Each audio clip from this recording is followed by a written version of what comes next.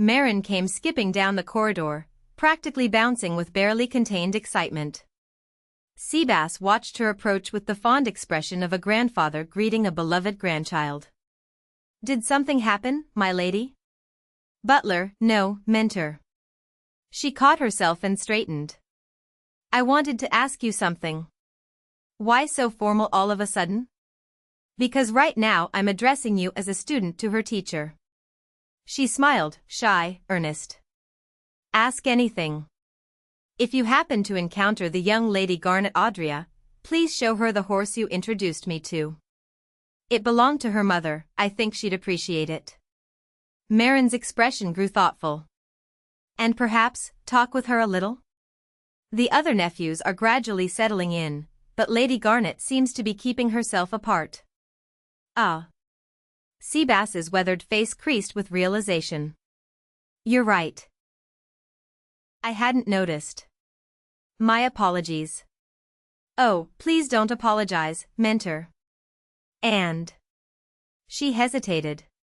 "If the young lady happens to request anything specific, it would be wonderful if you could accommodate her." "Of course. Why do you want to learn swordsmanship?" Garnet's chin lifted.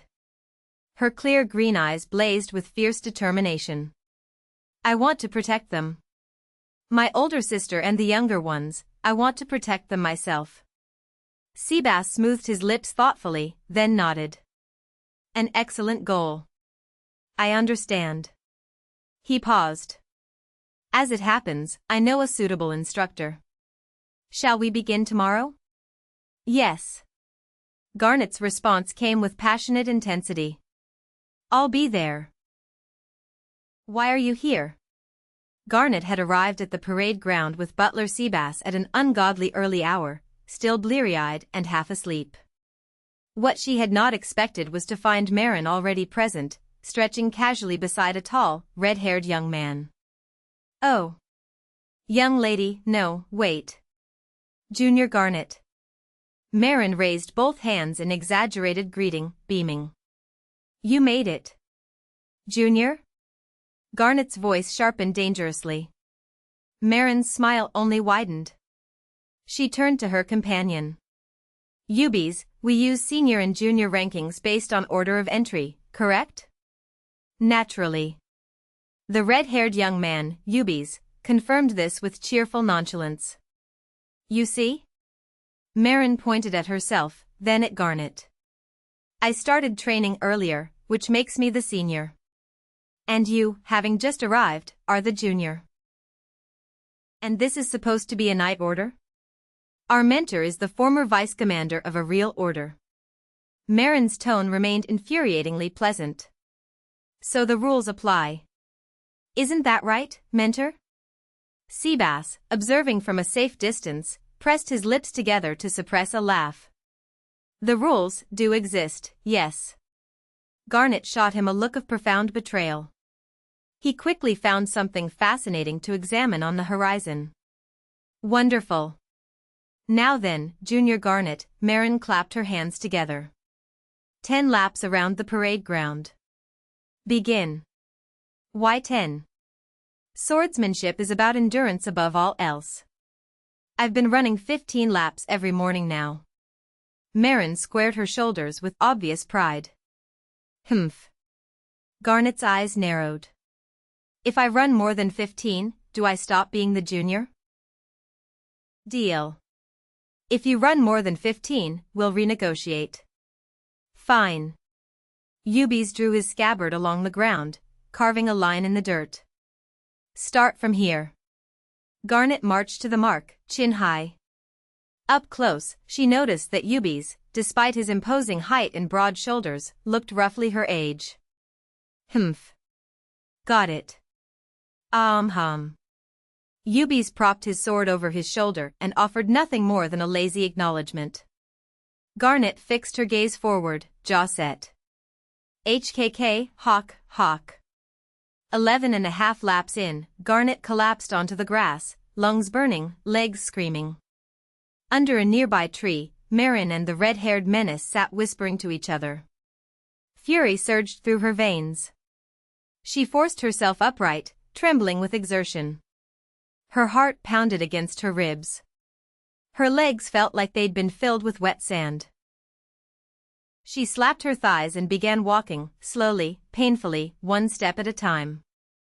Gradually, she drew closer to the chattering pair. Isn't she impressive, though? This is basic level.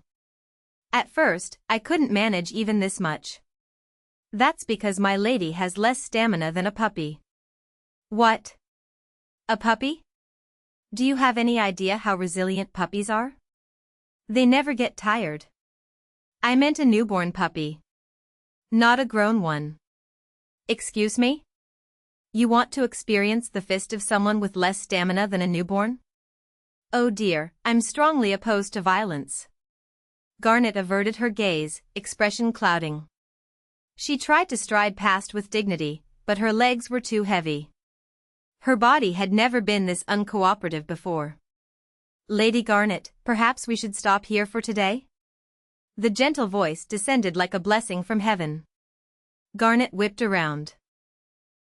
Butler Sebas stood nearby, regarding her with grandfatherly sympathy. We can stop? Of course. Overexert yourself on the first day, and you won't be able to rise from bed tomorrow. His eyes crinkled knowingly.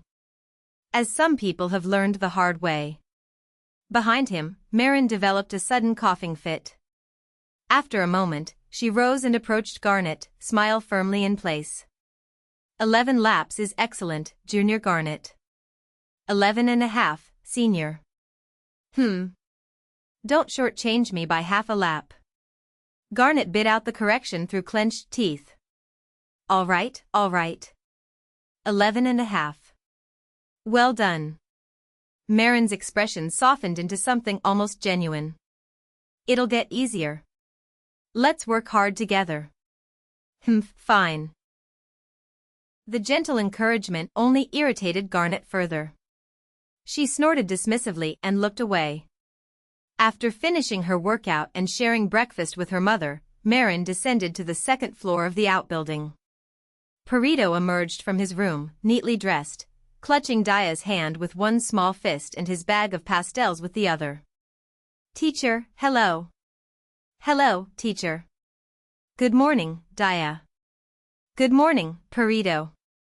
Marin peered past them into the room. Garnet was nowhere in sight. Apparently she'd retreated to her quarters after training, groaning with every step. Rubiena's face appeared in the half-open doorway. Hello, teacher. Hello, Ruby. I'll meet you in the library after lunch. Yes. After Rubiena's cheerful acknowledgement, Marin accepted Perito's hand from Daya. Chatting with the boy as they walked, they reached the Duke's study in no time. Light flooded the office once again. The table in front of Perito's designated sofa was already laden with treats, pastries, fruit, small sandwiches arranged with care. Perito released Marin's hand and positioned himself squarely before the Duke's desk. He drew a breath so deep his small chest visibly expanded. A look of fierce determination crossed his face. Marin watched, not understanding what was happening but mentally cheering him on. You can do it, whatever it is. Hello. Uncle. The Duke's eyebrows rose, then fell. For just an instant, surprise flickered across his usually impassive features. Ruby said that's what we should call you, Perito explained matter-of-factly. That's correct. The Duke's response came slowly, as though he were testing the weight of each word. Perito broke into a triumphant smile, his rounded cheeks swelling even fuller with satisfaction. He looked like a small warrior who had just completed an impossible quest. Marin watched from the side, fingers twitching with the overwhelming urge to pinch those adorable cheeks.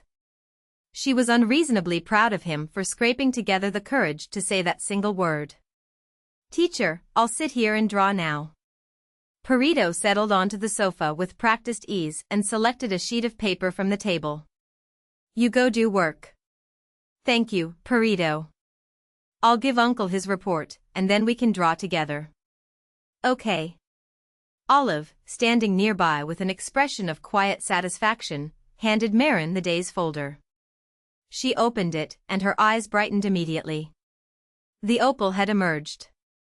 A report on the silver mines in the Niron domain. She began reading aloud, voice steady and clear. The underground monsters that appeared periodically have been completely eradicated. The low-grade ore has been collected and processed. According to the cutter, the resulting stones are exceptionally beautiful, unlike anything he has seen before. We are sending cut samples for your Grace's examination.